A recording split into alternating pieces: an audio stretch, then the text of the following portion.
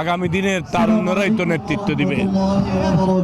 একটি রক্তজরা বিপ্লবের মধ্য দিয়ে আমরা একটা নতুন অধ্যায়ের যুগে প্রবেশ করেছি। এখানে দেখা গেছে 14, 15, 16, 17 বছর যে ধারাবাহিক আন্দোলন, এই আন্দোলনের পর একটি জুলাই আগস্টে চূড়ান্ত ছাত্র জনতা এবং বাংলাদেশের সকল মানুষ একসাথে নেমে একটি স্বৈরাচারী মাফিয়াকে পতনের পর বাংলাদেশে আরেকটি অধ্যায়ের সূচনা হয়েছে, যেখানে দেখা গেছে যুগের পর যুগ যুবক তারুণ্য অবহেলিত হয়েছে।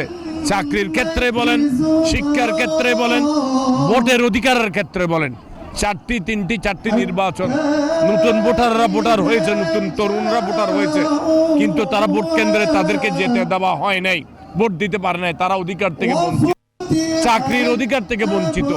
এই অধিকার প্রতিষ্ঠার জন্য ওনাদেরকে রাজনীতিতে আসা উচিত। আগামী দিনের রাষ্ট্র সুন্দর বাংলাদেশ গড়ার লক্ষ্যে তাদেরকে বাংলাদেশের রাজনীতিতে সম্পৃক্ত হবার আহ্বান জানানোর জন্যই মূলত এই তারুণ্যের সমাবেশ। ধন্যবাদ।